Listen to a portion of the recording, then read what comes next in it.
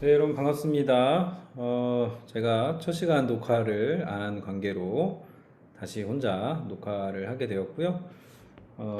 6장부터 8장까지의 내용을 첫 시간 여러분과 함께 나누도록 하겠습니다. 제가 기도하고 시작할게요.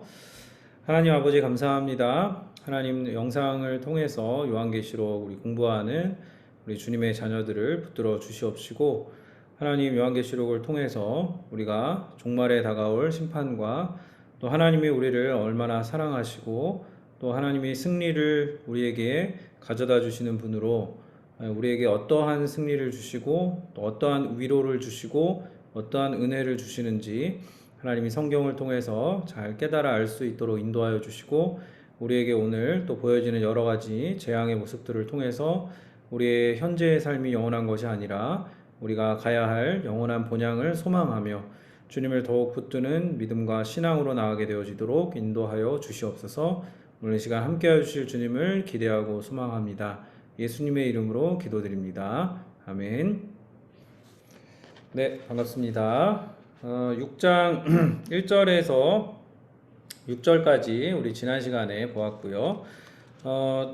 그 첫 번째인, 두 번째인, 세 번째인 이 떼어지는 장면을 우리가 살펴보았습니다. 좀 더 이제 처음부터 보면 1장에 3장까지 편지 머릿말이 있었고 예수님에 대한 묘사, 요한이 본 예수님에 대한 묘사, 그리고 그 예수님이 일곱 교회에 대한 말씀하시는 2장과 3장의 내용을 보았고요. 4장에서 5장에 하늘의 예배의 장면이 있었죠. 그래서 4장은 하나님께, 성부 하나님께, 5장은 성자 예수님, 어린 양 되신 예수님께 드리는 경배와 찬양의 내용을 보았습니다. 그래서 그 인을 떼기에 합당한 자가 보이지 않아서 요한이 울고 있는데 어린 양이 그 인을 떼시고 그래서 그 인이 떼어지는 세 가지 인의 내용까지를 우리 지난주에 살펴봤고요. 첫 번째 인은 예수 그리스도의 승리를 의미하는 것이고 두 번째 인은 이제 정마가 나오죠. 붉은 말이 나오는데 복음의 역사를 통해서 거짓된 평화가 제거되고 이로 인한 영적인 전쟁과 분열이 나옵니다. 그리고 교회 성도들이 박해와 순교의 대상이 된다. 이런 내용들이 두 번째 인의 내용이었고요. 세 번째 인의 내용을 제가 지난주에 조금 부족하게 설명을 했는데 세상의 일반적인 기근의 내용이 아니라 예수 그리스도를 믿음으로 당시 사회에서 박해당하고 어려움을 당하는 그러한 하나님의 백성들의 모습, 그들이 경제적인 이제 불이익을 당하는 거죠. 5절에 6절 이렇게 물가가 굉장히 오르는 그런 모습으로 드러나고요. 그래서 예수 그리스도를 믿음으로 사회적으로 불이익을 당하고 경제적 어려움을 당하는 그런 신자들의 모습을 여기서 그리고 있습니다. 오늘날로 치면은 주일 성수를 하기 위해서 좋은 직장을 포기한다든가 그로 인한 결과로 또 경제적으로 또 어려움을 당하게 되는 그런 일들을 예라고 볼 수 있겠고요. 첫째, 둘째, 셋째이니 하나님의 자녀들에 대한 그러한 내용, 관련된 내용이라고 보시면 됩니다. 자, 이제 7절부터 보겠는데요. 7절에 이제 내용입니다. 넷째 인을 떼는 장면이 나오고요. 7절에 7절에서 17절까지는 이제 나머지 다른 세 가지 인의 재앙이 나오는데요. 네 번째, 다섯 번째, 여섯 번째 공통적으로 죽음과 관련된 내용입니다. 자, 7절 보시면 넷째 인을 떼실 때에 내가 넷째 생물의 음성을 들으니 말하되 오라 하기로 내가 봄에 청황색 말이 나오는데 그 탄자의 이름은 사망이니 음부가 그 뒤를 따르더라. 그들이 땅 4분의 1의 권세를 얻어 검과 흉년과 사망과 땅의 짐승들로서 죽이더라. 아멘. 자, 네 번째 인의 장면입니다. 그래서 넷째 생물의 음성을 듣는데 오라 하니까 이번에는 청황색 말이 나옵니다. 이 청황색 말은 핏기가 없는 창백한 죽음의 색을 말한다고 하고요.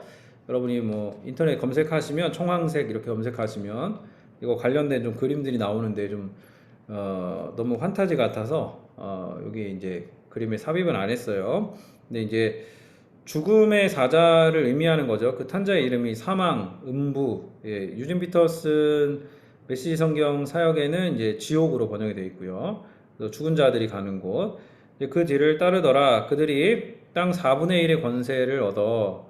그러니까 이 청황색 마을 탄자들은 온 땅을 다니면서 사람들을 죽게 만들며 음부로 데리고 가는 사자라고 볼 수 있습니다. 그들이 검과 흉년과 사망과 땅의 짐승들로서 죽이더라. 그러니까 우리가 이제 전제로 봐야 될 건 하나님의 이들도 하나님의 통제 아래 있는 것이고요. 구약에서 주로 지금 화면에 보이시듯이 에스겔 14장 21절에 범죄한 하나님의 백성들이 받는 재앙의 그 내용 중에 칼, 기근, 사나운 짐승, 전염병 이렇게 나오듯이 그런 어떤 다양한 재앙의 모습들을 여기서 보여주고 있습니다. 그리고 다섯 번째 인을 떼실 때에는 내가 보니 9절입니다. 하나님의 말씀과 그들이 가진 증거로 말미암아 죽임을 당한 영혼들이 제단 아래에 있어. 순교자의 죽음, 그 순교당해서 죽은 영혼들이 지금 제단 아래에 있는 겁니다. 하나님의 복음대로 살다가 죽임을 당한 순교자들의 무리가 있고 그들이 제단에 있는 것입니다. 그러니까 제단은 피를 쏟는 곳이죠. 자, 그래서 그들이 큰 소리로 불러 이르되 거룩하고 참되신 대주제여. 특별한 어떤 호칭을 쓰고 있습니다. 대주제여. 이것은 하나님의 절대적인 주권, 권세를 상징하고 하나님은 모든 판결에 판단에 흠이 없고 믿을 수 있는 분, 그리고 응답하시는 분이라는 것을 우리가 확신할 수 있습니다. 대주제여라는 말을 쓰면서 땅에 거하는 자들을 심판하여 우리 피를 갚아주지 아니하시기를 어느 때까지 하려 하시나이까. 이 순교자들이 자신이 억울하게 자신들이 순교당해 죽은 것에 대한 신원을 호소하고 있습니다. 그래서 죄와 악을 가지고 이제 순교자를 만들어낸 사람들, 그런 악인들에 대해서 하나님이 심판하실 것을 호소하는 것이죠. 그래서 우리가 성경에서 원수를 사랑하라라고 이야기를 하는데 원수를 사랑하는 것은 우리가 그들이 돌이킬 기회가 있기 때문에 사랑하라는 것이고, 그러나 마지막 때에 그들에 대한 어떤 돌이키지 않은 자들이 심판을 받고 또 하나님의 그런 판단을 받는 것은 너무나 당연한 일입니다. 그래서 우리 순교자들이 지금 신원을 호소하고 있습니다. 11절에 보시면 각각 그들에게 흰 두루마기를 주시며 이르시되 아직 잠시 동안 쉬되 그들의 동무 종들과 형제들도 자기처럼 죽임을 당하여 그 수가 차기까지 하라 하시더라. 흰 두루마기는 요즘은 안 입는 옷이죠. 한복 위에 이렇게 흰 두루마기를 옛날에는 어른들은 입었었는데 영광과 위로를 주는 것으로 그런 상징이라고 보시면 되고요. 기다리라고 답변이 옵니다. 동부종들과 형제들도 자기처럼 죽임을 당하여 수가 차기까지 하라. 그러니까 일단 정해져는 있는데 역사의 종말이 있고 악이 득세하고 복음에 반응할 자들이 없어지는 그 때가 이르기 전까지는 그 수가 구원받은 자의 수가 차기까지는 기다려라 라고 역사의 종말의 때가 있다라는 것을 말씀하고 있습니다. 자, 그리고 여섯 번째인 12절에서 17절의 내용인데요. 내가 보니 여섯째 인을 떼실 때에 큰 지진이 나며 해가 검은 털로 짠 상복같이 검어지고 달은 온통 피같이 되며 하늘의 별들이 무화과 나무가 대풍에 흔들려 설익은 열매가 떨어지는 것 같이 땅에 떨어지며 하늘은 두루마리가 말리는 것 같이 떠나가고 각 산과 섬이 제 자리에서 옮겨지매 땅의 임금들과 왕족들과 장군들과 부자들과 강한 자들과 모든 종과 자유인이 굴과 산들의 바위 틈에 숨어 산들과 바위에게 말하되 우리 위에 떨어져 보좌에 앉으신 이의 얼굴에서와 그 어린 양의 진노에서 우리를 가리라. 그들의 진노에 큰 날이 이뤘으니 누가 능히 서리요 하더라. 아멘. 자, 그래서 이 여섯 번째 인의 재앙을 보면 온 우주적이고 전 지구적인 그런 재난의 모습, 아주 무서운 모습이죠. 베드로후서 3장 7절에도 이제 하늘과 땅은 그 동일한 말씀으로 불사르기 위하여 보호하신 바 되어 경건하지 아니한 사람들의 심판과 멸망의 날까지 보존하여 두신 것이니라. 그래서 앞에 3장 7절 앞에 문맥에 보시면 불로 이 심판은 이게 앞에 노아 홍수의 물의 심판이 있었듯이 이제 종말의 때에 불의 심판이 있을 것이다라고 말세가 어딨냐라고 조롱하며 재림이 어딨냐라고 기롱하는 자들에게 사도 베드로가 답변하고 있는 내용이죠.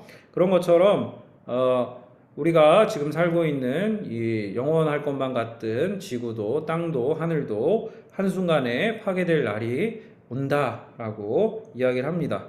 그래서 여러분이 2012라는 그 영화 재난 영화를 보시면 이제 티베트 불교에서 아마 그 뭐 예언이 있었던 걸 모티브로 해서 지구가 멸망하게 되는 태양에 이렇게 막 폭발하는 뭐가 있어서 지구 핵에 그걸 뭐 반응을 일으켜서 지구가 이제 멸망하게 되는데 그 과정에 벌어지는 어떤 그 장면들, 예. 그런 이제 그런 것들이 굉장히 좀 종말에 대한 어떤 그 실감 나게 해주는 그런 측면이 있습니다.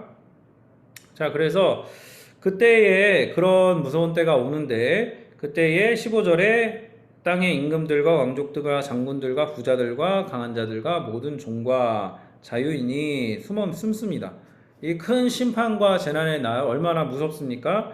그때에 모든 이 하나님을 믿지 않고 이 땅이 전부라고 생각하고 이 땅에 집착해서 이 땅의 것을 추구하던 사람들은 가난한 자나 부자나 상관없이 그 모든 사람들에게 하나님 거부했던 사람들에게 재앙이 임한다라는 것입니다. 그래서 그들이 마지막 이런 대파국의 때에 정말 너무너무 무서워서 15절에 보면 바위 틈에 숨어서 그 진노를 우리가 가리도록 우리를 그냥 죽여달라 이런 그 15절 16절에 보시면 내용의 모습들이 있습니다. 그래서 이 세상은 마지막에 대파국이 있고 이 세상은 아무것도 아니고 그 영원을 위해서 준비되지 않은 사람들에게는 이게 극단적인 공포와 하나님과 어린 양의 진노가 얼마나 무섭고 두려운 것인지를 여기서 표현해주고 있고, 그러나 예수 그리스도를 믿는 신자들에게는 그리스도는 심판주로 오셔서 그 악을 행한 자들 세상에서 살면서 선인과 착한 자들을 괴롭혔던 그 모든 악들을 하나님이 일시에 그것을 진노로 눌러버리는 심판하는 그런 장면을 우리가 보게 됩니다. 그러므로 우리가 정말 두려워할 것은 몸은 죽이되 영혼을 죽이지 못하는 그들을 두려워할 것이 아니라 누구를 두려워해야 돼요? 몸과 영혼을 능히 멸하실 수 있는 분을 두려워하라, 이렇게 말씀을 하고 있습니다. 자, 그래서 이제 네 번째, 다섯 번째, 여섯 번째 인의 재앙이 죽음과 관련한 내용이고, 네 번째 재앙은 여러 가지 다양한 그 종류의 재앙들, 사망과 흉년과 땅의 짐승들, 이런 재앙들이고, 다섯 번째는 순교자의 죽음이 있고, 그 다음 여섯 번째 인의 재앙은 인이 열리니까 우주적인 심판이 임한다. 그래서 이 인의 재앙 안에서 순차적으로 심판이 심화되어 가는 것을 보게 됩니다. 그래서 우리가 이 땅의 것이 영원한 줄 알고 살지만, 우리 짐 엘리엇 많이들 아실 텐데요.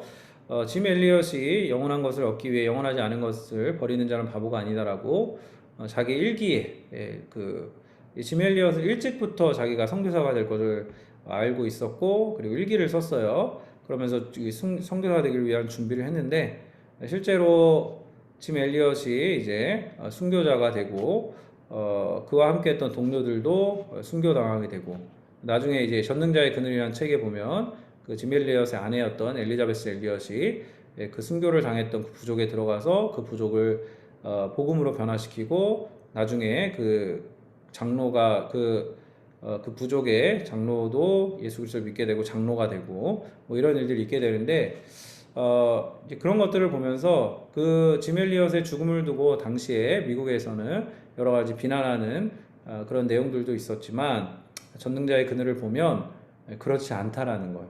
영원한 것을 얻기 위해 영원하지 않은 것을 버린 자는 바보가 아니고, 짐 엘리엇은 세상 사람들이 보기에 바보 같은 삶을 살았지만, 그러나 하나님 보시기에는 또 순교의 반열에 오르는 그런 위대한 신앙의 인물이 되었고 우리에게도 그런 메시지를 주는 겁니다. 유한한 인생을 살면서 그것이 영원한 줄로 알고 그것이 전부인 줄로 알고 그렇게 잘못된 것에 비중을 두고 살지 말고 매일 우리 주님 앞에 헌신하는 삶, 주님이 기뻐하시는 삶을 이러한 마지막 때를 준비하는 삶을 살아라 라고 주님이 우리에게 말씀하십니다. 자, 이제 7장으로 넘어가겠습니다. 6장에 6가지 재앙을 보았고요. 자, 7장에서는 이제 앞에서 6가지 인의 재앙을 통해서 큰 혼란과 재앙이 여러 가지 혼란과 재앙이 이렇게 점진적으로 심화되고 마지막에 대파국이 있을 것이라는 그런 6째 인의 내용이 나오고 나서요. 7장은 잠깐 분위기가 또 전환이 됩니다. 제가 승리하는 교회, 지상에 전투하는 교회 이렇게 위아래 이렇게 반복된다라고 말씀드렸는데 다시 하늘로 올라가는 거예요. 7장 1절에서 8절에 보시면 이제 14만 4천 우리가 또 중요하게 여기는 14만 4천의 내용이 나옵니다. 1절에 보시면 이일 후에 내가 내 천사가 땅 내 모퉁이에 선 것을 보니 이게 이제 내 천사가 지구 전체에 섰다 뭐 이렇게 볼 수 있는데 지구가 둥그렇기 때문에 땅 네모퉁이를 문자적으로 해석하면 안 됩니다. 그래서 네 모퉁이에 상징적으로 서 있다라고 보고 땅의 사방의 바람을 붙잡아 바람으로 하여금 땅이나 바다에나 각종 나무에 불지 못하게 하려 하더라. 자, 여기서 땅의 사방의 바람을 붙잡아서 그걸 통제하시는 하나님의 모습을 볼 수 있고요. 그럼 이 바람이 무엇이냐라고 할 때 이게 복음을 반대하는 어떤 영적인 안 좋은 바람이라고 우리가 해석을 하시면 됩니다. 땅에 임하는 복음 사역을 방해하는 강력한 어떤 영적인 바람들. 고린도후서 4절에 보시면 이 세상에 신이 있어요. 사탄이 있죠. 믿지 아니하는 자들의 마음을 혼미하게 하여 그리스도의 영광의 복음의 광채가 비치지 못하게 함이니 그리스도는 하나님의 형상이니라.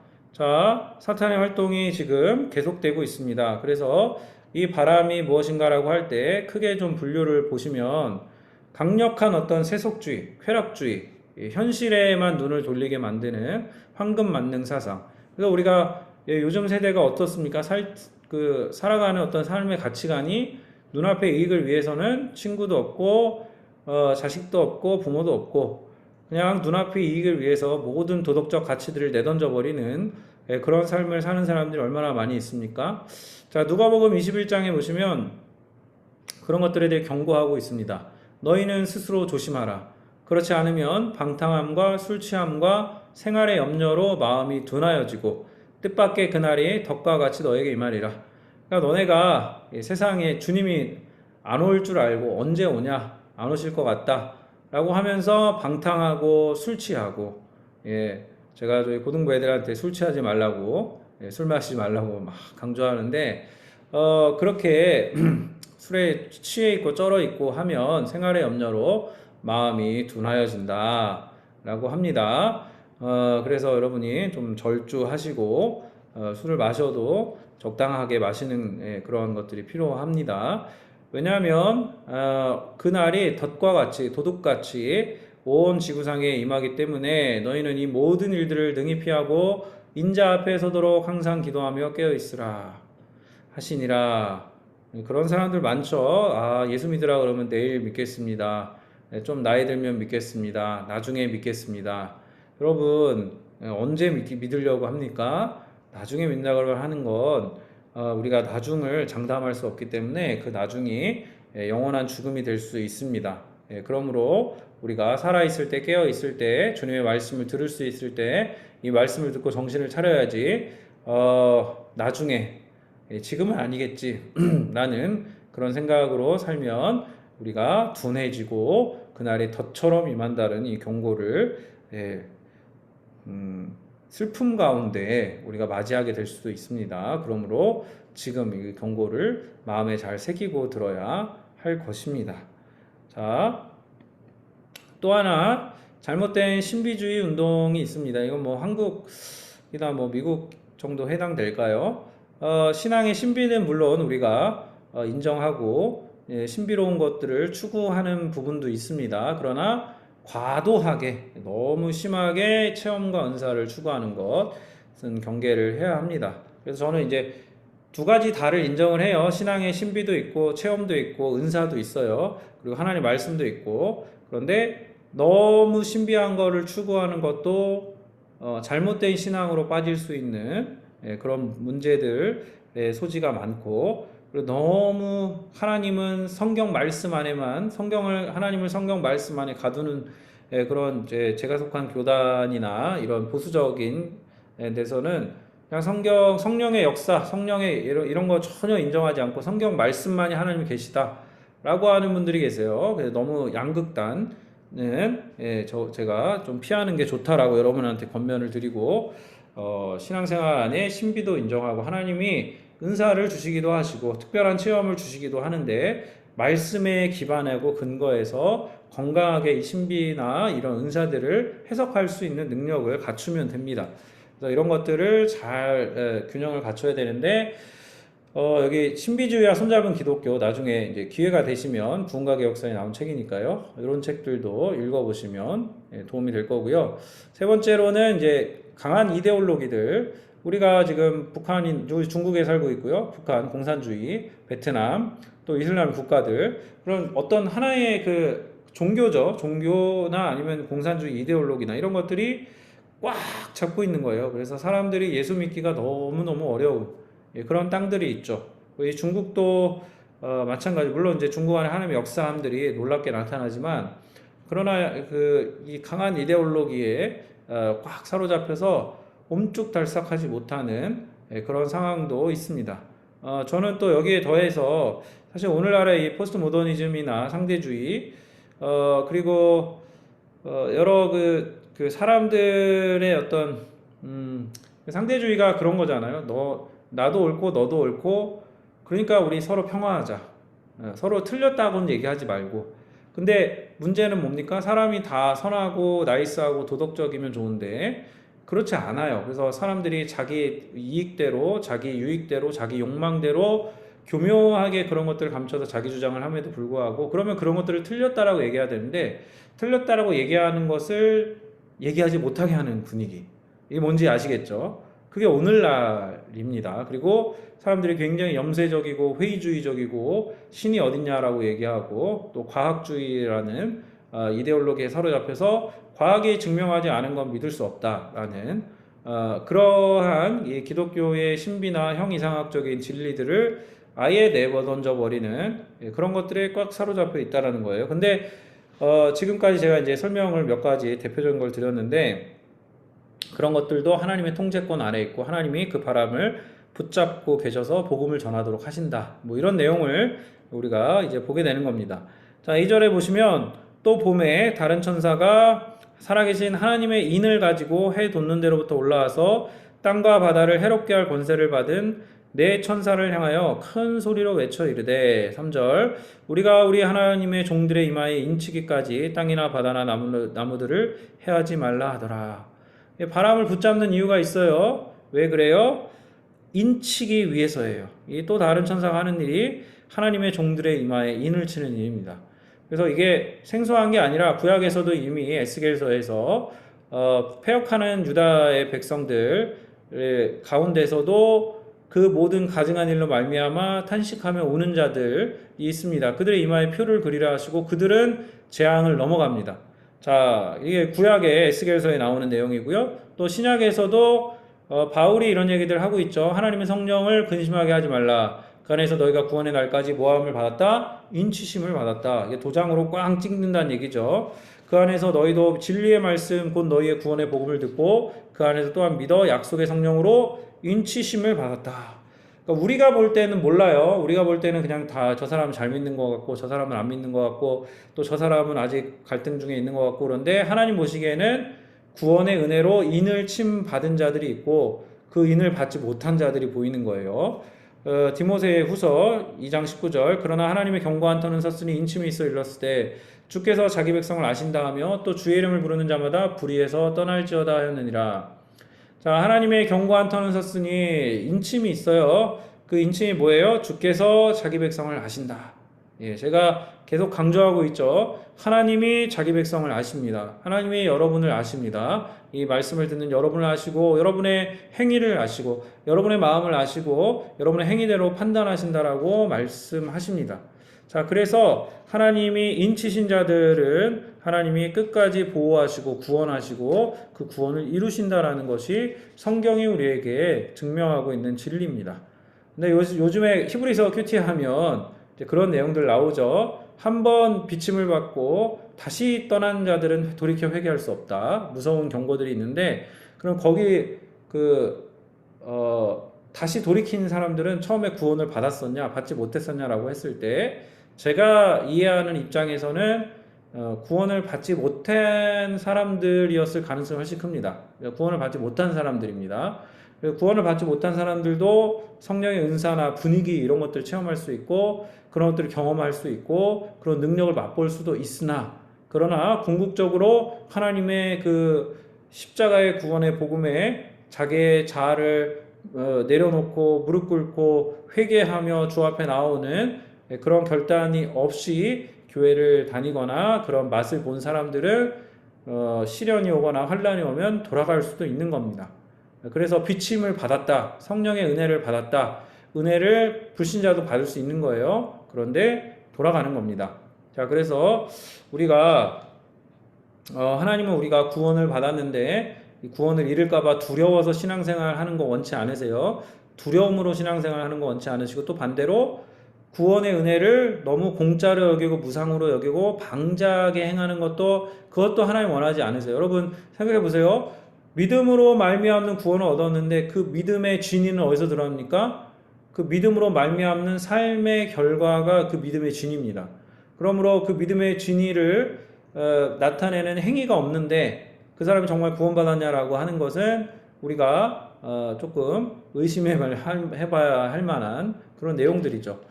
그러나 하나님의 구원은 우리가 죽기 전까지는 구원의 기회가 있고 또 하나님 앞에 회개할 기회가 있기 때문에 우리가 어떤 사람에 대해서 너무 판단하거나 그 사람의 현재의 모습이 좀 구원에서 멀어져 있을 수 있고 구원으로부터 멀리 거리를 두고 있을 수 있으나, 그러나 그가 구원받지 못한 자라는 뭐 그런 이야기들은 절대로 하면 안 되고요. 판단하면 안 되고 심증으로는 뭐 이렇게 조금 유추할 수는 있으나, 그러나 그런 사람들 위해서 기도하고 그런 사람들 돌아오기를 권면하고 그렇게 사랑하는 일들이 우리에게 필요합니다.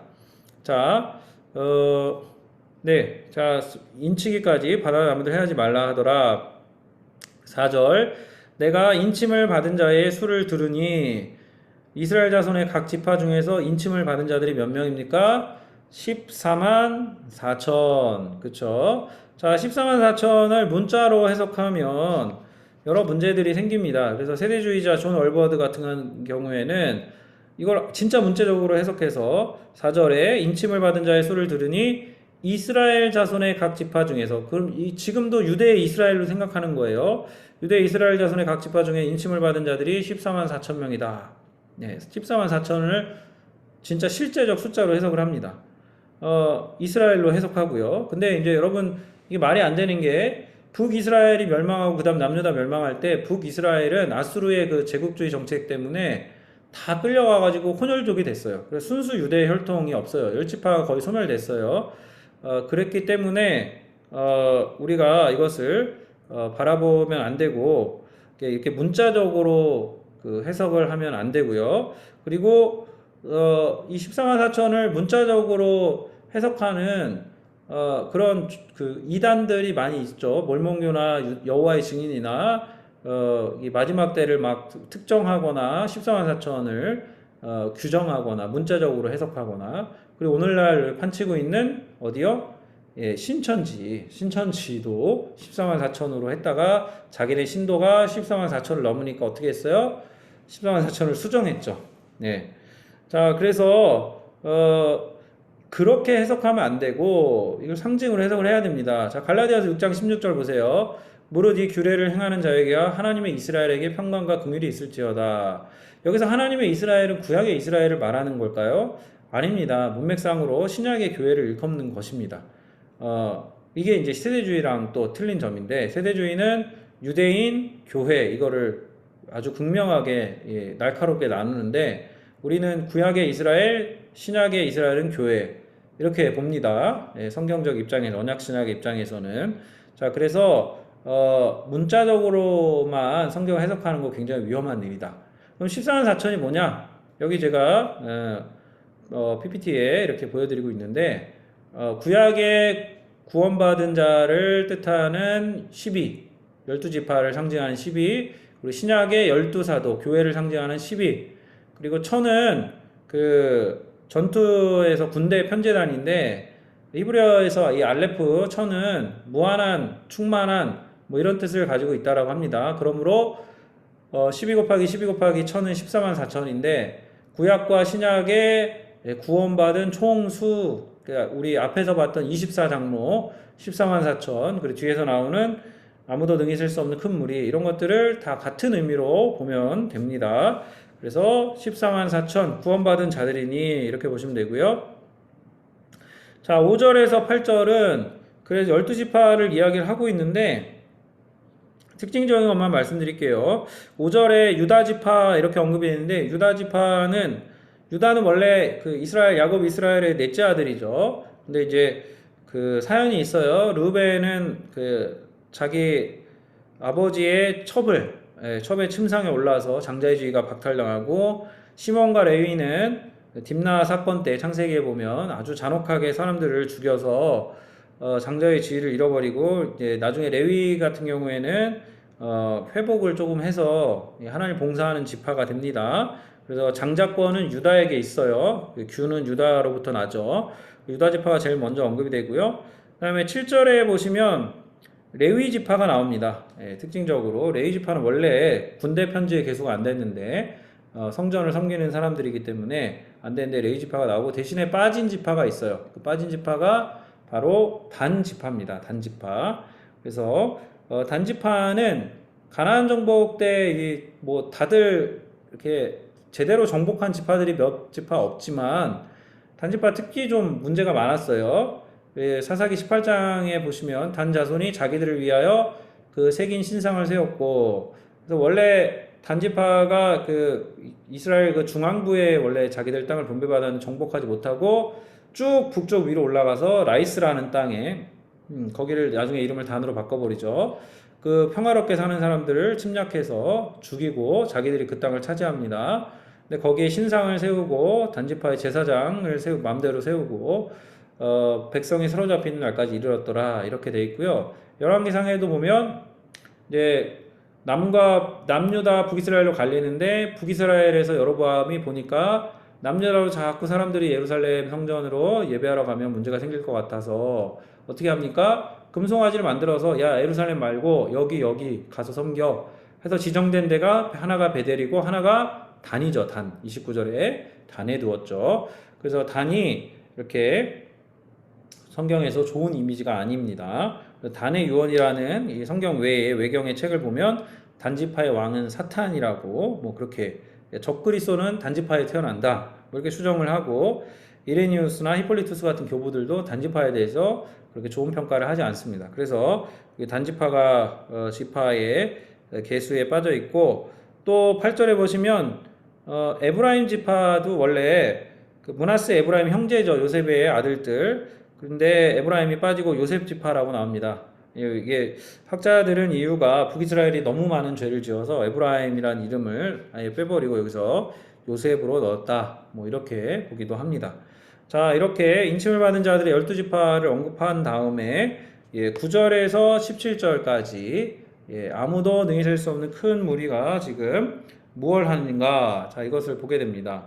자, 9절 보시면 이 일 후에 내가 보니 각 나라와 족속과 백성과 방언에서 아무도 능히 셀 수 없는 큰 무리가 나와 각 나라와 족속과 백성과 방언에서 아무도 능히 셀 수 없는 무리 이게 4절에 14만 4천이랑 같은 의미다 라고 보시면 되고요. 그들이 흰옷을 입고 길게 끌리는 흰옷을 입고 의와 거룩의 옷을 입고 이 승리를 축하하기 위해 잔치 때 입는 옷이죠. 그들이 손에 종려가지를 들고 보좌 앞과 어린 양 앞에 서서 예배합니다. 이 교회의 정체성을 지금 보여주고 있습니다. 10절에 큰 소리로 외쳐 이르되, 큰 소리로 계속 외치는 거예요. 구원하심이 보좌에 앉으신 우리 하나님과 어린 양에게 있도다. 우리 예배 임례할 때, 들어갈 때 우리가 항상 그 외치는 구절이죠. 그래서 성부 하나님, 하나님의 계획을 성자 예수 그리스도께서 이 땅에 오셔서 희생하시고 죽으시고 십자가에 죽으심으로 이 구원하심을 이루신 거예요. 그래서 구원하심이 보좌에 앉으신 우리 하나님과 어린 양으로부터 나옵니다. 있습니다. 이걸 고백하고 11절 모든 천사가 보좌와 장로들과 네 생물의 주위에 서 있다가, 다른 영적 존재들, 하나님 보좌에 있는 영적 존재들이 보좌 앞에 얼굴을 대고 하나님께 경배하여 이르되 12절 아멘 찬송과 영광과 지혜와 감사와 존귀와 권능과 힘이 우리 하나님께 세세토록 있을지어다. 아멘. 이렇게 하나님을 찬양하고 있습니다. 이거 뭐 설명이 필요 없어요.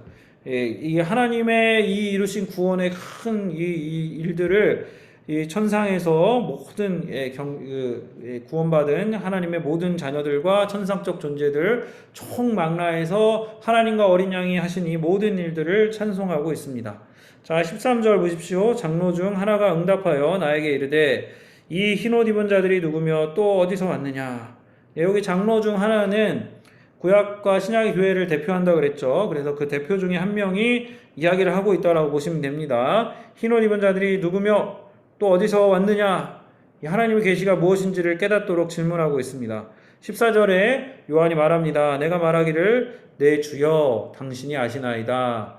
모르겠습니다. 이렇게 이야기합니다. 하니까 그가 나에게 이르되 이는 큰 환난에서 나오는 자들인데, 이 큰 환난에서 나오는 자들은 7년 대환란이 아니라 그리스도의 초림부터 재림 사이에 성도들이 이 세상에 겪게 되는 그 모든 환난을 뜻합니다. 그 환난을 뚫고 나온 자들이 어린 양의 피에 그 옷을 씻어 희게 하였다라고 나옵니다.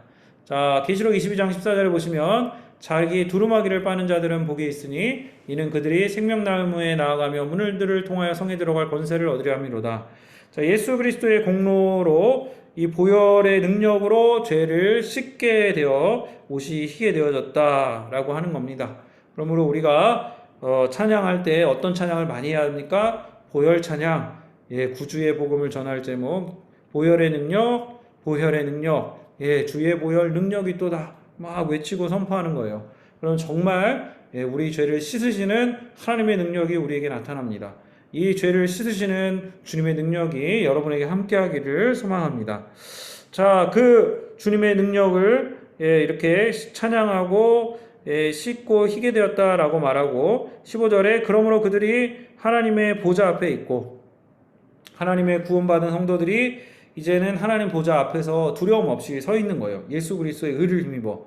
또 그의 성전에서, 성전은 하나님의 임재, 그리고 우리와 교제하신, 우리와 만나신 장소죠. 거기서 밤낮 하나님을 섬김에, 이 라투리오라는 뜻인데 예배하다라는 뜻입니다. 밤낮 하나님을 예배한다.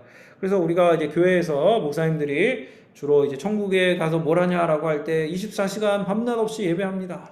그러면 이제 얼마나 지루할까, 얼마나 힘들까 이렇게 생각하는 분들이 있는데, 이제 밤낮 하나님을 여기서 섬긴다라는 것은 자발적인 기쁨이 전제된 거예요. 억지로 하나님이 언제 억지로 그 구원받게 하시고 억지로 하나님을 기뻐하게 하십니까? 하나님은 우리가 자유의지를 가진 존재로 자발적으로 하나님 앞에 엎드리고 자발적으로 그 은혜에 감격해서 하나님 앞에 나아가도록 하시는 분입니다. 그래서 우리가 저도 이렇게 청년 때 이제 혼자 기도하러 가면서 기타 한 대 들고 찬양 막 하다가 찬양하고 기도하고 찬양하고 기도하고 방언하고 하나님께 감사하고 시간 가는 줄 몰라요. 그런 것처럼 하나님을 찬양하는 게 너무 기쁜 거예요.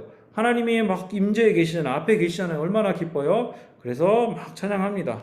그러니까 하나님을 예배하는 그들에게 보좌에 앉으시니까 어떻게 하십니까? 그들 위에 장막을 치시리니. 구약의 개념이죠. 장막을 치신다. 하나님이 임재하신다. 자, 요한복음 1장 14절에 어떻게 되어 있습니까? 말씀이 육신이 되어 우리 가운데 거하심에 우리가 그의 영광을 보니. 여기서 우리 가운데 거하심에 에게네토, 이 말은 장막을 치다, 구약에서 장막을 치다 이 말이랑 똑같은 거예요. 예수님이 우리 가운데 오셨다. 우리 가운데 장막을 치셨다. 자, 이 같은 의미입니다. 그런데 요한복음 1장에서는 예수님이 성육신하고 오셔서 아직 하나님의 능력을 힘입기 전이고, 지금 여기는 국면이 다른 거죠. 부활하시고 승천하시고 승리하신 예수님이 오셔서 가운데 거하심에 그 장막을 치셔서 하나님의 은혜가 무엇인지 알게 하시고 깨닫게 하시고 16절 17절 그들이 이제 다시는 줄이지도 아니하게 하시고 목마르지도 아니하게 하시고 해나 아무 뜨거운 기운에 상하지도 않게 하신다. 그래서 그 아들이 온 것은 양으로 생명을 얻게 하고 풍성을 얻게 하려는 것이라. 이 말씀의 온전한 성취가 여기서 이루어집니다. 풍성한 생명의 은혜를 우리가 누리게 되는 것입니다. 자, 17절 이는 보좌 가운데 계신 어린 양이 그들의 목자가 되사 생명수 샘으로 인도하시고, 보좌 가운데 계신 어린 양이 우리의 목자가 되십니다. 주는 나의 목자 되십니다. 그 어린 양이 우리를 잃어버린 에덴을 회복하는 그 생명수의 샘으로 인도하시고, 하나님이 우리를 어떻게 하세요? 모든 눈물을 우리 눈에서 씻어주신다. 여러분, 우리 인생이 어떻게 보면 한편의 드라마라고 할 때 그 인생에 좋은 것들도 있고 기쁜 장면들도 있지만 슬프고 힘들고 어려운 장면들이 보통은 더 많아요. 그래서 인생을 이렇게 묘사할 때 인생은 고통이고 쓰라리고 아프고 힘들고 그런 이미지들을 떠올리는 분들이 많은데, 저도 좀 이제 그런 편인데, 그런데 하나님이 그런 눈물들을 씻어주신다. 시편 56편 8절에 나의 유리함을 주께서 계수하셨사오니 나의 눈물을 주의 병에 담으소서 이거지 주의 책에 기록되지 아니하였나이까. 이런 기록들이 있습니다. 그래서 우리 인생이 눈물이고 힘듦이고 울며 씨를 뿌리며 거두는 자가 나중에 돌아오게 될 것임을 시편에서 이야기하고 있는데, 심지어는 네로 황제조차도 자기 눈물을 병에 담아서 보관을 했다라고 합니다. 그래 이제 그런 눈물, 인생의 고통과 쓰라림과 회한과 아픔을 상징하는 눈물을 하나님의 보좌 앞에 우리가 이르게 되었을 때 어떻게 하신다? 주님이 씻어주신다. 얼마나 감동이 됩니까? 하나님이 우리의 탕자가 돌아왔을 때 아버지가 탕자를 이렇게 안고서 목을 어금맞겨 울며 그 아들의 돌아옴을 기뻐하였듯이 주님이 우리를 그렇게 안아주시고 등을 토닥여주시고 수고하였다 착하고 충성된 종아, 내가 내 딸아 내 아들아 너무너무 수고가 많았다. 나와 함께 이 천국을 누리자. 이 말씀하실 때를 우리가 기대하고 소망할 수 있습니다. 자, 그래서 7장은 승리하는 교회의 모습을 보여주고 있습니다. 이 교회란 무엇인가? 예배가 중심입니다. 흰옷과 종려가지를 들고 하나님을 찬양하는, 어린 양을 찬양하는 교회의 모습, 천상의 성도들의 모습이 보입니다. 그들은 어떤 사람들입니까? 예수를 따르다가 환난을 당하고 어려움을 당했지만 그러나 끝까지 그 믿음을 지킨 자들이 이 하나님의 보좌 앞에 올라가 목자 되신 어린 양이 우리를 인도하시고 보호하시고 그들의 눈물을 닦아주시는, 그래서 그곳에서 성삼위 되신 하나님을 찬양하는 삶을 살게 됩니다. 여러분도 이러한 삶을, 이러한 장면을 꿈꾸시고 기대하시고 우리의 죽음의 끝에 하나님이 이렇게 우리를 기다리고 계신다는 것을 기억하고 소망을 가지셨으면 합니다. 자, 8장으로 넘어가겠습니다. 자, 여기 보이는 덩게르크라는 사진이 있는데요. 이 영화 크리스토퍼 놀란 감독의 영화입니다. 여러분 안 보신 분들 한번 보셔도 좋을 만한, 추천할 만한 영화입니다. 1939년 9월 1일에 독일이 폴란드를 공격했고요. 영국과 프랑스가 돕기 위해서 왔는데 엄청나게 밀리죠. 그래서 1940년 5월 26일 이 덩게르크 해안까지 후퇴를 하게 됩니다. 그리고 이대로 있으면 독일군에 의해서 괴멸적으로 전멸이 예상되는 그런 상황이었어요. 그때 덩게르크, 다이나모 철수 작전이라고도 하고요. 마지막 남은 방어선이었던 덩게르크 해안에 영국의 온 배들을 총동원해서 이 영프 연합군을 구출하는 그러한 내용의 영화인데, 영국 왕 조지 6세가 영국이 이때만 해도 굉장한 믿음과 신앙을 가진 국가였어요. 그 4일간을 기도의 날로 선포하고 자기들의 죄를 회개하고 연합군의 구출을 위해서 기도했다고 합니다. 그래서 9일의 철수작전 동안에 막 이게 날씨가 흐린 날이 많은 거야. 짙고 막 거친 날씨. 그래서 원래 이 독일군 비행기가 쫙 상공에 와서 많은 사람들을 죽일 것을 예상했는데 그렇게 되지 않고 날씨의 영향으로 원래 예상했던 5만 명 구출 예상했는데 6배가 넘는 33만 8,226명을 구출을 했다고 합니다. 자, 이 놀라운 역사의 기록을 이제 영화로 담아냈는데 이 덩케르크 철수작전이 끝나고 나서 데일리 텔레그래프 영국의 이 일간지에서는 우리나라의 기도가 응답되었다라고 얘기를 했고 밑에 있는 건 윈스턴 처칠의 말입니다. 나는 때때로 어떤 지도하는 큰 손이 간섭하는 것을 느꼈습니다. 나는 우리가 선한 대의를 가졌기에 한 안내자를 가졌다는 느낌을 가졌습니다. 우리가 그 대의를 신실하게 감당한다면 언제나 우리는 그 안내자를 가질 것이 확실합니다. 보이지 않는 하나님의 도우심과 섭리를 처칠이 고백을 하는 것이 역사적 기록으로 담겨 있습니다. 자, 이렇게 우리가 인해 재앙들 6번째까지 살펴보았는데요. 하나님의 선하신 간섭과 예정하심과 예비하심 가운데 하나님 우리를 돕고 계시다. 또 이 역사의 배후에서 섭리하신다라는 것을 우리가 하늘과 땅을 오가면서 확인을 하고 있습니다. 자, 7째 인의 마지막 장면이 8장에 나오는데요. 1절에서 5절까지 먼저 보겠습니다. 자, 7째 인을 떼실 때에 하늘이 반시간쯤 고요하더니, 자, 이게 하늘이 반시간쯤 고요하더니 갑자기 뭔가 다른 엄청난 일을 위해서 갑자기 이렇게 조용해지는, 자, 그런 장면이라고 보시면 되고요.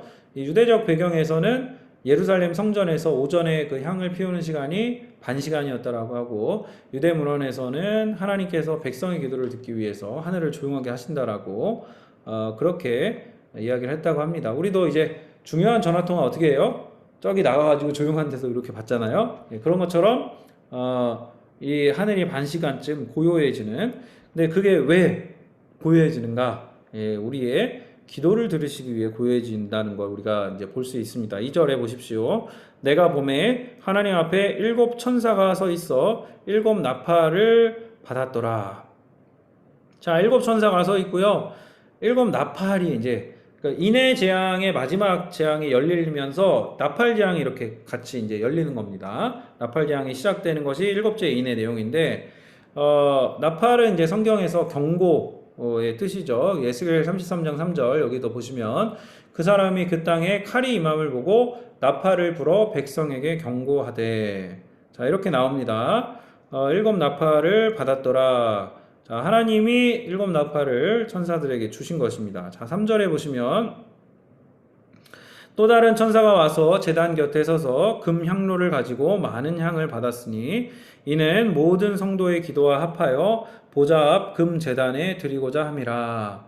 자, 많은 향과 성도의 기도라고 합니다. 그러니까 향이 기도가 아니라, 물론 이제 시편 141편 이전에는 향을 기도를 분향에 비유를 하긴 했어요. 그런데 여기 본문에서는 구별이 됩니다. 많은 향을 받았는데 향이 기도는 아니고 이 향과 기도가 합하여서 보좌 앞 금 제단에 드려진다.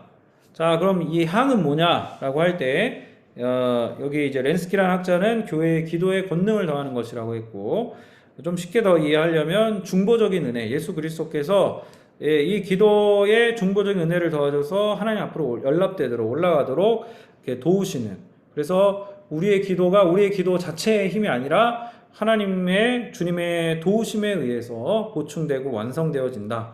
그러므로 우리의 기도는 우리의 진심이나 열심이 제일 먼저가 아니에요. 예수 그리스도의 이름과 예수 그리스도께서 우리에게 주시는 그 은혜로 말미암아 우리의 기도가 그 은혜의 원천에 합쳐져서 하나님의 보좌 앞에 상달되는 겁니다. 그러므로 우리가 열심을 다한다고 해서 그것이 반드시 옳은 기도도 아니고, 열심을 다한다고 해서 하나님 앞에 올라가는 것은 아닙니다. 후안 카를로스 오르티즈라는 분이 이제 되게 제자입니까? 뭐 이런 되게 좋은 책들을 많이 내신 분인데, 이런 제목의 책도 내셨다고 해요. 우리의 기도의 대부분은 하늘나라에서 잡동사니 우편물 취급을 당합니다. 네. 네, 우리가 너무 좀 이기적으로 드리는 기도나 너무 나나 내 가족에 대해서 한정되는 기도 드리다 보면 뭐 좀 이게 좀 하나님 뜻과는 상관없는 그런 기도를 드릴 때도 있죠. 자, 이제 그런 것들은 여기에 포함이 안 되고 주님의 뜻에 합당하게 드리는 기도들이 향에 더해져서 올라가는니다. 4절에 보시면 향연이 성도의 기도와 함께 손으로부터 천사의 손으로부터 하나님 앞으로 올라갑니다. 그래서 하나님 앞에 연락되고 응답이 되어지고요. 5절 천사가 향로를 가지고 제단에 불을 담아다가 땅에 쏟음에 제단에 번제단 불을 담아다 땅에 쏟으니까 우레와 음성과 번개와 지진이 나더라. 예. 자, 하나님의 주권적 결정이 있고 성도의 기도가 있어야 이게 응답이 되니까 뭐가 돼요? 땅에는 진노가 쏟아지는 거예요. 진노가. 자, 그래서 시편 149편에 보시면 148편에도 이런 재앙들이 나오고요. 149편에도 성도가 누리는 영광이 특권이 무엇인가라고 할 때 하나님이 민족들 벌하고 그들의 왕들은 사슬로 그들의 귀인은 철고랑으로 결박한다. 기록관 판결대로 그들에게 시행할지로다. 이런 영광은 그의 모든 성도에게 있도다. 할렐루야. 이렇게 찬양하고 있습니다. 그래서 이 덩게레트 작전 같이 하나님이 기도를 들으시고 극한 재난에서 건져주기도 하시고 이 기도를 통해서 하나님의 일들을 이루어 가시는 금양로에 담기는 이 기도의 놀라운 장면들을 하나님이 보여주십니다. 그런데 기도가 응답될 때 심판이 일어나요. 불신자들, 하나님 믿지 않았던 자들에 대한 심판으로 나타납니다. 그래서 조나단 에드워즈도 이러한 기도의 중요성을 강조했고 그리스도인들이 개인적 차원에서 하나님이 자기 마음을 부흥시켜 주시고 나의 마음을 새롭게 하실 것을 우리가 기도하는 동시에 하나님의 일들을 세상 가운데 나타내시도록 우리가 하나님의 영향력이 나타나도록 믿음을 담아서 하나님께 기도를 드릴 때 하나님이 열방과 세계를 통하여 일하시는 것들을 우리가 경험할 수 있다라고 그렇게 이야기를 합니다. 그래서 에드워즈 심지어 이렇게 얘기합니다. 하나님은 믿음의 기도와 명령에 따라 움직이신다. 네. 하나님이 꼼짝 못하는 그런 부분이 하나님이 주권자이시고 전능하시고 우리가 감히 하나님 앞에 설 수 없는 자들인데 하나님이 차마 거절하지 못하시는 부분들이 하나님의 약속의 근거에 기도할 때 하나님의 말씀의 근거에 기도할 때 모세가 하나님의 그러한 약속과 성품과 말씀의 근거에 기도할 때 하나님이 그 뜻을 돌이키셨듯이 우리도 마지막까지 하나님께 드릴 수 있는 봉사가 무엇인가라고 할 때 여러분 그 교회 봉사도 때가 있잖아요. 예, 식당 봉사도 때가 있고 어느 정도 연세가 드시고 하면 식당 봉사 못해요. 그렇죠? 성가대도 어느 정도 하면 못해요. 교구장도 순장도 어느 때 지나면 못해요. 그런데 우리가 마지막까지 교회를 위해서 할 수 있는 봉사가 무엇일까요? 바로 기도하는 것입니다. 기도. 예, 기도의 향연을 올리는 삶을 사시는 여러분 되시기를 축복합니다. 자, 이제 6절부터 13절 이어서 보겠습니다. 자, 이제 1004가지 나팔의 재앙이 나옵니다. 이 나팔 재앙은 성도들의 기도, 일곱째 인이 떼지고 성도들의 기도와 이 향이 올라가서 응답으로 쏟아부어지는데 이게 세상 사람들에 대한 심판으로 나타나는 겁니다. 하나님이 신실한 백성의 기도를 들으시고 복음을 거부하고 하나님의 교회를 박해한 악의 세력들을 심판하시는 내용. 그래서 여기 8장에 4나팔의 내용이 나오고요. 9장에 2나팔, 11장 후반부에 마지막 나팔 재앙이 나옵니다. 지금 여기 6절에서 13절까지는 자연계에 미치는 재앙의 모습입니다. 자, 보겠습니다. 6절입니다. 7나팔을 가진 7천사가 나팔 불기를 준비하더라. 그래서 이 나팔 불려면 어떻게 해요? 숨을 들이마시고 이렇게 내렸다가 올리죠. 그래서 그런 준비 장면이라고 보시면 돼요. 그래서 하나님의 심판, 하나님의 거룩함, 하나님의 승리, 구원, 종말적인 심판이 이제 임할 것이라는 것을 우리가 보게 되고요. 7절에 보시니까 보세요. 첫째 천사가 나팔을 부니 재앙이 이제 나옵니다.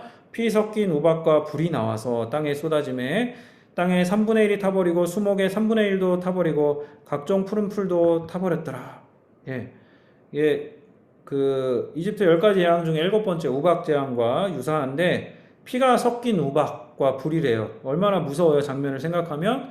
그래서 어떤 학자들은 이게 사하라 사막에 아주 세미한 그 붉은 모래가 비랑 섞여서 내리는 뭐 그런 것을 상징한다라고도 하는데, 어쨌든 이 땅을 불태우는 어떤 강력한 어떤 우박과 불이 내려서 인간 삶에 아주 큰 해를 미친다라는 거예요. 근데 중요한 건 3분의 1로 한정이 되어 있는 거예요. 3분의 1. 3분의 2는 뭐예요? 하나님이 아직 기회를 남겨두고 계시다. 이런 뜻으로 보시면 됩니다. 자, 8절에 보시면 둘째 천사가 나팔을 이어서 붑니다.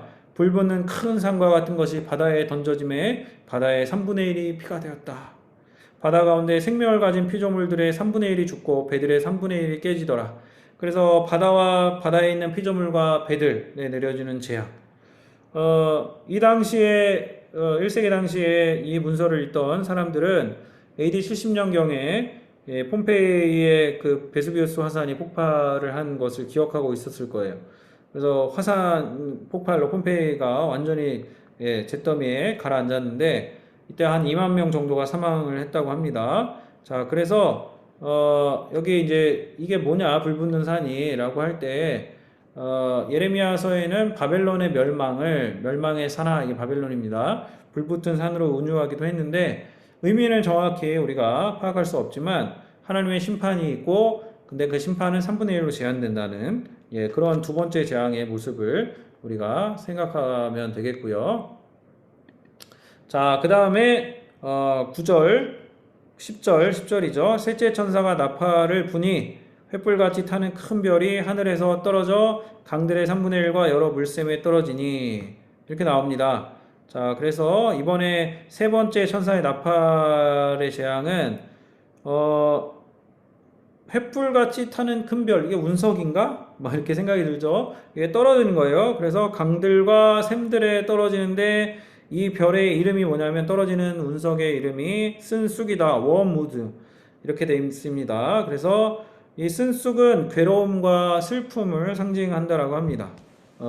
그래서 물의 3분의 1이 쓴쑥이 되매 그 물이 쓴물이 되므로 많은 사람이 죽더라. 세 번째 재앙으로도 많은 사람이 죽습니다. 그래서 우리가 물을 생명수라고 부르죠. 그래서 물이 없이는 인간이 살지 못하는데, 신선하고 이렇게 맑은 물은 인생의 기쁨, 생명력 이런 것을 상징합니다. 그래서 물이 이렇게 별이 떨어져서 물의 재앙을 받는다는 건 하나님이 사람들의 기쁨과 만족을 제거하고 괴로움과 비통함을 경험하게 하는 심판의 내용이다. 이렇게 보시면 됩니다. 근데 이제 우리는 그것을 두려워할 필요가 없어요. 주님은 믿는 자들 어떻게 하세요? 마라의 쓴물을 단물로 바꾸시는 하나님이시죠. 자, 그래서 거역하는 자들은 이런 3분의 1이 받는 재앙을 받고, 믿는 자들은 마라의 쓴물을 단물로 바꿔주시는 오히려 은혜를 베풀어 주시는 그 하나님이 이제 세 번째 나팔 재앙이 이렇게 등장을 했고요. 자, 12절 넷째 천사가 나팔을 부니, 이번에는 하늘의 발광체들에 대한 내용입니다. 해의 3분의 1, 달의 3분의 1과 별들의 3분의 1들이 타격을 받아 그 3분의 1이 어두워지니, 어두워졌다. 그렇죠? 오늘날 우리 도시에 사는 사람들은 별 보기가 어렵죠. 이렇게 어두워진 거예요. 낮에 3분의 1은 비추임이 없고 밤도 그러하더라. 뭐 황사가 덮으면 낮에도 다 어둡죠. 그런 것처럼 낮도 어두운데 밤도 어두운 이런 종말론적인 심판의 상황들이 이렇게 보이고 있습니다. 자, 그래서 이런 믿지 않는 자들, 그리고 세상을 향한 심판의 이 어두운 심판의 내용들 네 가지가 나오면서 13절에 잠깐 이 내용이 중단되고 또 다른 장면의 전환이 있습니다. 갑자기 독수리가 나옵니다. 독수리. 내가 또 보고 들으니 공중에 날아가는 독수리가 있어. 독수리는 조류들의 왕이죠. 아주 민첩하고 용감한 힘센 그러한 조류인데, 큰 소리로 이르되 말을 합니다. 이 독수리가 이렇게 얘기합니다. 땅에 사는 자들에게 화가 있으리니, 여기서 이 세 가지 화는 앞으로 나올 다섯째, 여섯째, 일곱째 나팔 재앙을 의미합니다. 그래서 세 가지 화가 있고, 이는 새 천사들이 불어야 할 나팔 소리가 땅에 남아 있음이로다 해석해 주고 있죠. 그래서 하나님을 거부하고 하나님의 백성을 괴롭히는 세상에 대해서 예수님의 초림과 재림 사이에 일어나는 심판. 근데 그 심판이 몇 분의 몇이라고요? 3분의 1의 해가 되고 3분의 2는 아직까지 하나님이 심판의 마지막 심판까지 회개할 기회를 주시는 그런 내용으로, 그래서 이 시대와 이 세상에 대한 모든 시대에 대한 심판의 내용들이라고 보시면 되고요. 이거를 이렇게 특정해서 보면 좋은데 이거는 무슨 나라에 어디에서 일어난 심판이고, 예, 이제 그렇게 보면 좋은데, 그렇게 딱 보기보다는 이게 전 시대를 걸쳐서 일어나는, 그냥 일어나는 어떤 재앙이나 심판을 보면 이게 하나님 심판의 일환이구나 이렇게 생각하시면 돼요.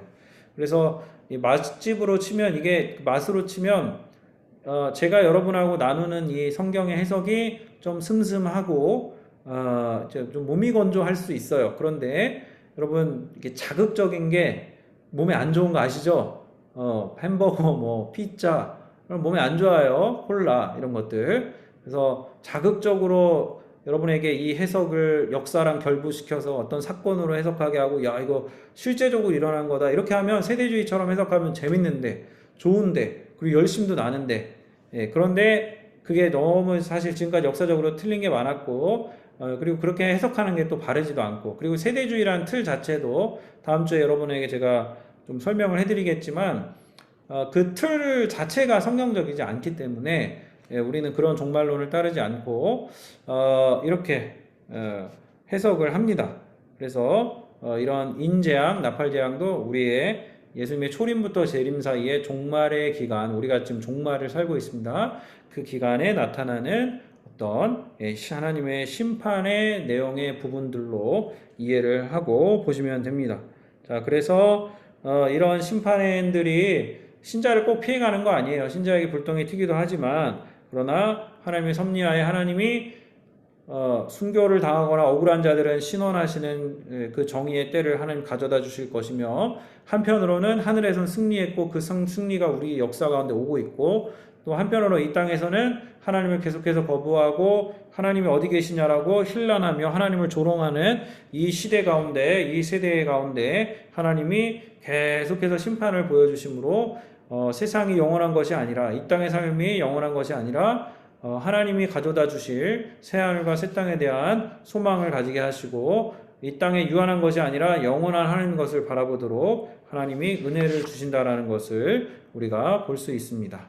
네, 자 이렇게 8장까지의 내용을 보았고요. 다음으로 9장은 다음 강의에서 잠깐 쉬었다가 보도록 하겠습니다.